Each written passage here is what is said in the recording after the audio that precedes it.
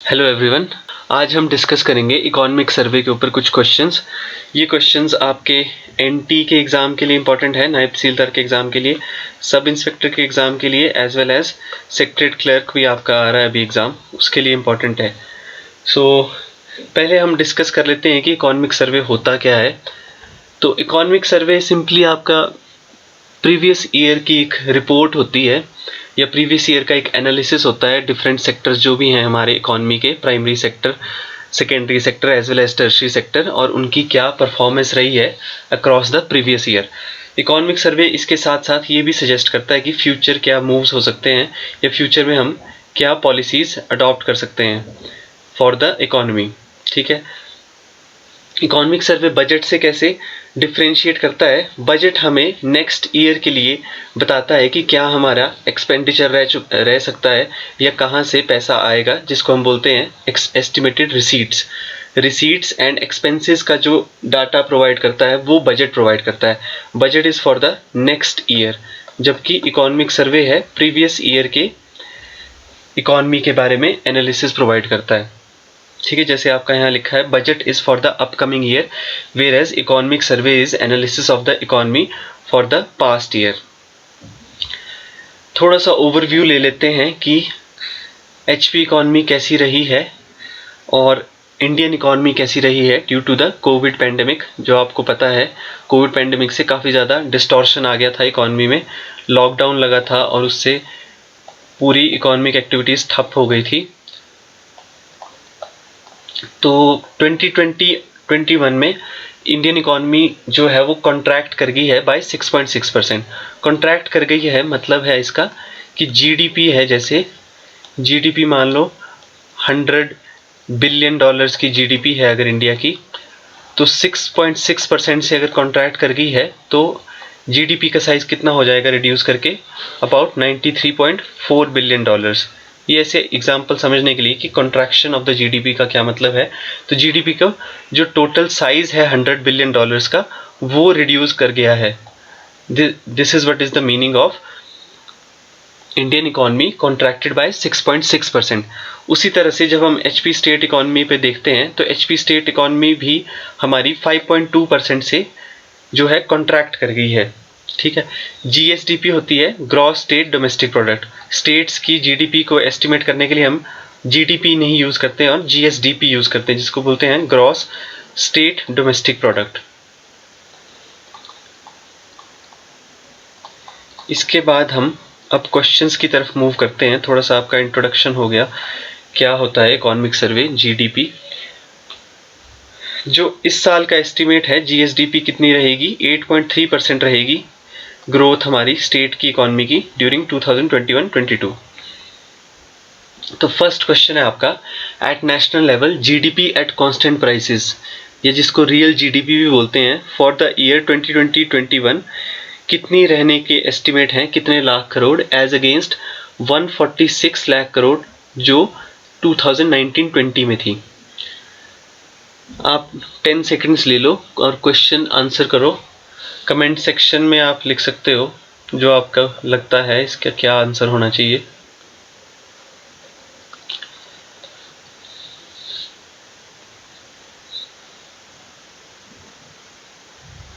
So moving on to the answer, क्या answer होगा इसका? इसका आंसर है 135.58 लाख करोड़। जैसे हमने डिस्कस किया 6.6% से कॉन्ट्रैक्ट की है जीडीपी और प्रीवियस जीडीपी कितनी थी, 146 लाख करोड़। तो 6.6% से कॉन्ट्रैक्ट करके 135 लाख करोड़ है हमारा प्रेजेंट जीडीपी का size of the Indian economy, या इंडिया की जीडीपी का साइज है 135 लाख करोड़। ठीक है, थोड़ा इंपॉर्टेंट डाटा है, याद रखने का ध्यान रखेंगे, 135 lakh crore. Moving to the next question. Second question आपका सेक्टर्स ऑफ इकोनॉमी पे है। अब जैसे आपको पता है कि एग्रीकल्चर सेक्टर है इन एचपी में, काफ़ी इम्पॉर्टेंट है एग्रीकल्चर सेक्टर। ठीक है, 89% का जो है रूरल वर्कफोर्स वो एग्रीकल्चर में ही एंगेज्ड है। तो क्या है question, what is the share of agriculture in the total gross state domestic product. थोड़ा सा स्पेलिंग मिस्टेक हो गई है। Total gross state domestic product में एग्रीकल्चर का क्या कंट्रीब्यूशन है? 4 ऑप्शन है आपके, 57.9%, 44.6%, 9.6% या फिर 33.3%। Take 10 seconds.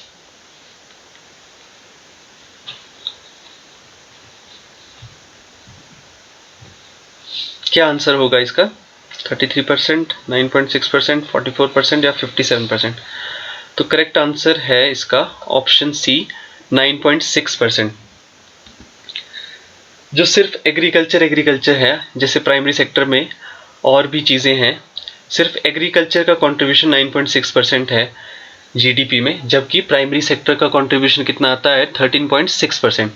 प्राइमरी सेक्टर में क्या क्या कंपोनेंट्स आ जाते हैं आप कमेंट सेक्शन में लिखना, बट ऐसे हम डिस्कस भी कर लेते हैं। माइनिंग आ जाती है, जैसे mining, forestry sector primary sector का पार्ट है। फिर इसके साथ क्वारिंग एक्टिविटी है, एक क्वारिंग जिसमें स्टोन्स का एक्सट्रैक्शन होता है, क्वारिंग एक्टिविटी है। और इसके अलावा जैसे एग्रीकल्चर से ही रिलेटेड एलाइड सेक्टर होता है, एलाइड सेक्टर या नॉन फार्म एक्टिविटीज़ आ जाती हैं, वो भी प्राइमरी सेक्टर का पार्ट है, एज वेल एज आपका हॉर्टिकल्चर। ये कुछ प्राइमरी सेक्टर का आपको ऐसे आइडिया होना चाहिए कि प्राइमरी सेक्टर में क्या क्या आता है। नेक्स्ट क्वेश्चन देख लेते हैं अब। नेक्स्ट क्वेश्चन है आपका, कोविड-19 की वजह से टूरिस्ट इनफ्लो में काफ़ी 81% की कमी देखी गई है। However a significant rise of what percent has been noticed up to December 2021। Recovery जब हुई है एचपी इकॉनमी की, तो कितना टूरिज्म ने कितना फॉल तो नहीं, पर कितना राइज अप कितना किया है in the previous year 2021? 4 options हैं आपके, टेक 10 सेकेंड्स।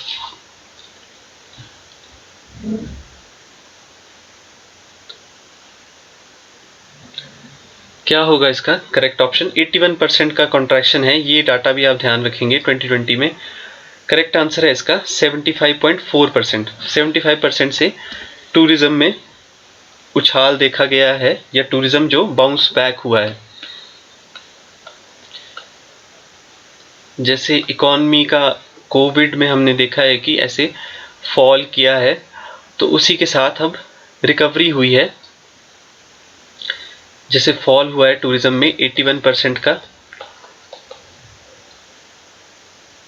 और रिकवरी हो गई है फिर टूरिज्म में कि वो 75% लगभग अपने प्रीवियस पोजीशन पे पहुंच गया है। 75% की रिकवरी देखी गई है उसमें। ठीक है, ऐसे वी शेप कर्व बोलते हैं, जैसे इकॉनमी अगर बाउंस बैक कर जाती है ड्यू टू एनी इमरजेंसी, और फिर जब रिकवर करती है इकॉनमी, तो एकदम वी शेप कर्व बनता है इकॉनमी का। नेक्स्ट क्वेश्चन देखेंगे, स्कीम्स के ऊपर क्वेश्चन है आपके थोड़े से। स्कीम्स के ऊपर पहला क्वेश्चन है, new born babies born in the hospital are being provided new visitor kit, जिसको हम बोलते हैं नवागंतुक किट। नवागंतुक kit of about ₹1200 under which scheme? कौन सी स्कीम है? आयुष्मान भारत है, अटल आशीर्वाद योजना है, मुख्यमंत्री स्वावलंबन योजना है, या फिर बेटी है अनमोल योजना? किस स्कीम के अंडर न्यू बॉर्न बेबीज को एक नवागंतुक किट प्रोवाइड की जा रही है?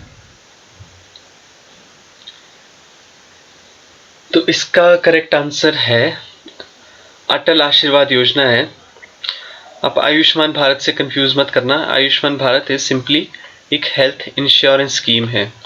हेल्थ इंश्योरेंस स्कीम है जो ₹5 लाख पर फैमिली पर ईयर प्रोवाइड करती है हेल्थ कवरेज। 5 लाख पर फैमिली पर ईयर का हेल्थ कवरेज। उसके अलावा है हमारी मुख्यमंत्री स्वावलंबन योजना। स्वावलंबन योजना क्या है? स्वावलंबन होता है जैसे अपने पैरों पे खड़ा होना। स्वावलंबन जैसे आप हिंदी में समझोगे तो स्वावलंबन योजना है 18 से 40 इयर्स का जो हमारा यूथ है उसके लिए सेल्फ एम्प्लॉयमेंट के लिए असिस्टेंस प्रोवाइड की जाएगी। 18 से 40 इयर्स के एज ग्रुप में जो भी लोग आते हैं उसके लिए सेल्फ एम्प्लॉयमेंट की असिस्टेंस प्रोवाइड करेगी। असिस्टेंस होगी एक तरह से फाइनेंशियल असिस्टेंस प्रोवाइड करेगी स्टेट गवर्नमेंट अंडर स्वावलंबन योजना। और नवागंतुक किट यही है कि अबाउट ₹1200 का एक किट प्रोवाइड की जाएगी जिसमें बेबी के केयर के लिए जो भी इम्पॉर्टेंट चीज़ें हैं या मेडिसिन हैं, तो उसका पैकेज प्रोवाइड किया जाएगा। 2 लाख बेनिफिशरीज को अभी तक ये प्रोवाइड कर चुकी है state government. This is not important, but नवागंतुक किट है, किस स्कीम के अंडर है? अटल आशीर्वाद योजना।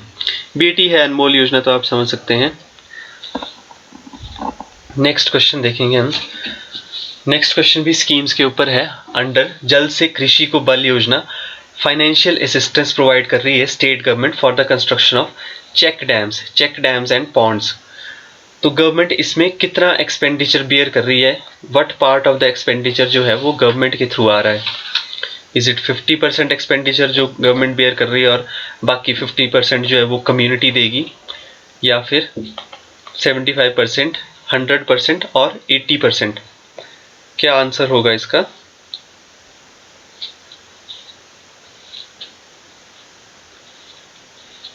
तो इसका आंसर है, करेक्ट आंसर 100% एक्सपेंडिचर जो है वो सारा स्टेट गवर्नमेंट ही बेयर कर रही है। ठीक है, 100% एक्सपेंडिचर चेक डैम्स और पॉन्ड्स के कंस्ट्रक्शन के लिए स्टेट गवर्नमेंट ही देगी टू द कम्युनिटी। ठीक है, क्यों इंपॉर्टेंट है चेक डैम्स और पॉन्ड्स का कंस्ट्रक्शन? चेक डैम और पॉन्ड्स का कंस्ट्रक्शन इसलिए भी इम्पॉर्टेंट है क्योंकि हम देखते हैं जैसे हिमालयन स्टेट्स में थोड़ा सीस्मिसिटी ज़्यादा होती है या अर्थक्वेक की तरफ ज़्यादा वल्नरेबल हैं ये स्टेट्स। तो हम बड़े प्रोजेक्ट्स ना लगा के थोड़े छोटे छोटे प्रोजेक्ट्स लगाएंगे जैसे चेक डैम्स और पॉन्ड्स, जिससे इरिगेशन सपोर्ट भी मिल जाए और जो आपका इन्वायरमेंट है उसको ज़्यादा नुकसान ना पहुँचे। तो उसके लिए है चेक डैम्स एंड पॉन्ड्स। ठीक है, 13,044 फार्मर्स हैं जो इसके अंडर अभी बेनिफिट ले चुके हैं इसका, according to the economic survey. Next question है फिर आपका, इकोनॉमिक सर्वे 2021-22 के अकॉर्डिंग स्टेट की ओवरऑल लिटरेसी रेट क्या है? लिटरेसी रेट क्या है इन 2017? ये अब एक नया अपडेट आया है, जैसे आप सेंसस को ही ध्यान में रखते हो, बट इकोनॉमिक सर्वे के अकॉर्डिंग भी आपको पूछा जा सकता है कि इकोनॉमिक सर्वे के अकॉर्डिंग क्या है literacy rate in HP as recorded in the household social consumption education। National sample survey office का एक सर्वे है हाउसहोल्ड सोशल कंजम्पशन एजुकेशन। तो इसमें क्या लिटरेसी रेट रहा है HP का? करेक्ट आंसर है इसका सी ऑप्शन 86.6%। थोड़ा फैक्चुअल है, ध्यान में रखेंगे। 86.6% है लिटरेसी रेट HP का। नेशनल सैंपल सर्वे ऑफिस के बारे में कुछ information. National sample survey office generally government surveys करता है, गवर्नमेंट सर्विस करता है related to employment and unemployment.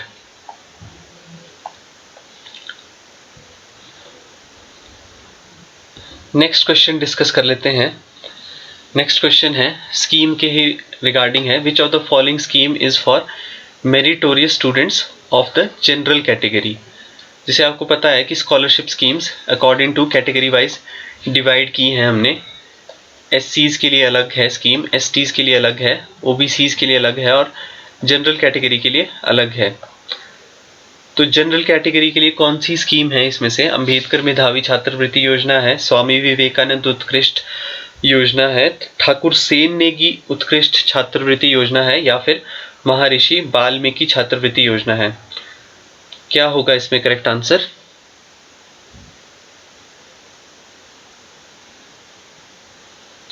Correct answer इसका होगा स्वामी विवेकानंद उत्कृष्ट छात्रवृत्ति योजना। ओके, स्वामी विवेकानंद उत्कृष्ट छात्रवृत्ति योजना जनरल कैटेगरी स्टूडेंट्स के लिए है जो मैट्रिक एग्जाम को पास करते हैं और फिर ₹10,000 पर ईयर की स्कॉलरशिप मिलती है उनको, एंड टॉप 2,000 स्टूडेंट्स जो हैं फ्रॉम द स्टेट उनको ये स्कॉलरशिप मिलेगी। Top 2,000 students of the state for 10,000 per year for the further study. Further study के लिए ₹10,000 की स्कॉलरशिप मिलेगी। इसी तरह से अंबेडकर मेधावी छात्रवृत्ति योजना है, ये है SC स्टूडेंट्स के लिए और OBC स्टूडेंट्स के लिए।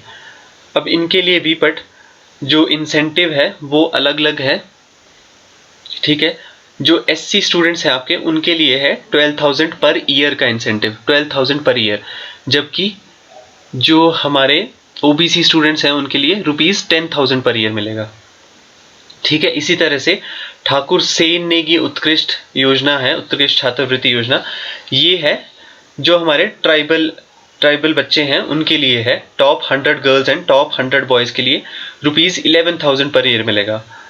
इसके अलावा फिर है वाल्मीकि छात्रवृत्ति योजना, महर्षि वाल्मीकि छात्रवृत्ति योजना, ये प्रोवाइड करेगी scholarship of ₹9,000 to the girls who belong to the Valmiki families. Valmiki families होती हैं जो फैमिलीज क्लीनिंग ऑक्यूपेशन या साफ सफाई के काम में एंगेज्ड हैं, वो है हमारी वाल्मीकि फैमिलीज। 9,000 रुपीज़ प्रोवाइड करेंगे वहाँ पे उनकी गर्ल्स को। नेक्स्ट क्वेश्चन है आपका, what is the objective of recently launched मुख्यमंत्री सहारा योजना। ऑब्जेक्टिव्स भी पूछ लेते हैं। जनरली आपने जब भी स्कीम्स प्रिपेयर करनी है तो उसके लिए आपने 3-4 चीज़ें ध्यान में रखनी है। स्कीम्स प्रिपेयर जब आप करोगे, कौन सी मिनिस्ट्री है जिसने लॉन्च की है, जैसे नेशनल लेवल की स्कीम्स भी हैं तो मिनिस्ट्री कौन सी है जिसने लॉन्च की है, स्कीम का ऑब्जेक्टिव क्या है, mainly what is the objective of the scheme. इसके अलावा आपने ध्यान रखना है कि कौन से बेनिफिशरीज कौन से हैं स्कीम के अंडर, जैसे किस एज ग्रुप के लिए है स्कीम, या फिर कुछ पुअर पॉपुलेशन है उनके लिए है, या फिर सभी के लिए है, या फिर एज ग्रुप के अकॉर्डिंग कैसे कैटेगराइज होती है स्कीम बेनिफिशरीज। और इसके अलावा स्कीम्स में एक क्लासिफिकेशन आ जाती है, जैसे सेंट्रली स्पॉन्सर्ड स्कीम है या फिर सेंट्रल सेक्टर स्कीम है। तो सेंट्रल सेक्टर स्कीम होती है जिसमें सारा एक्सपेंडिचर सेंट्रल गवर्नमेंट बेयर करती है। ठीक है, और सेंट्रली स्पॉन्सर्ड में क्या है कि भागीदारी होगी एक्सपेंडिचर में। ठीक है, जैसे हिमालयन स्टेट्स में 90:10 का रेशो चलता है। हिमालयन स्टेट्स में जैसे 90% एक्सपेंडिचर जो है वो सेंट्रल गवर्नमेंट बेयर करेगी और 10% एक्सपेंडिचर स्टेट गवर्नमेंट देगी। ठीक है, this is the centrally sponsored scheme. जबकि सेंट्रल सेक्टर स्कीम में सारा एक्सपेंडिचर सेंट्रल गवर्नमेंट बेयर करती है। तो coming back to the question, what is the objective of Mukhyamantri Sahara योजना।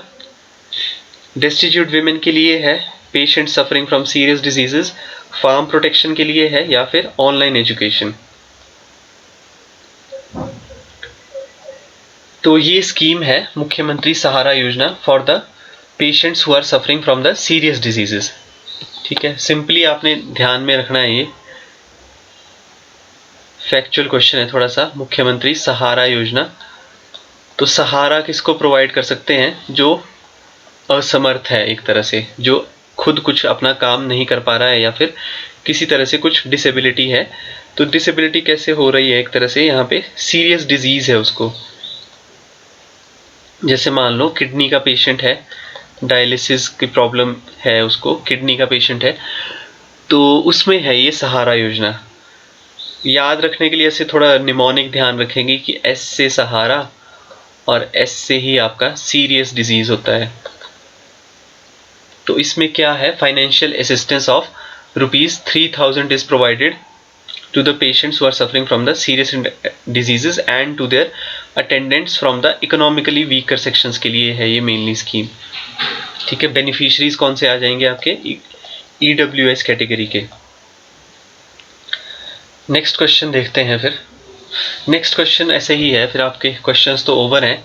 वन लाइनर है, सिंपली पूछ सकते हैं आपको वन लाइनर, जैसे सेवा संकल्प हेल्पलाइन का क्या नंबर होता है, तो 1100 या 1100 नंबर है सेवा संकल्प हेल्पलाइन, चीफ मिनिस्टर सेवा संकल्प हेल्पलाइन। इसमें क्या है कि डायरेक्टली आपकी जो भी प्रॉब्लम है उसको आप डायरेक्टली CM ऑफिस को एड्रेस कर सकते हो।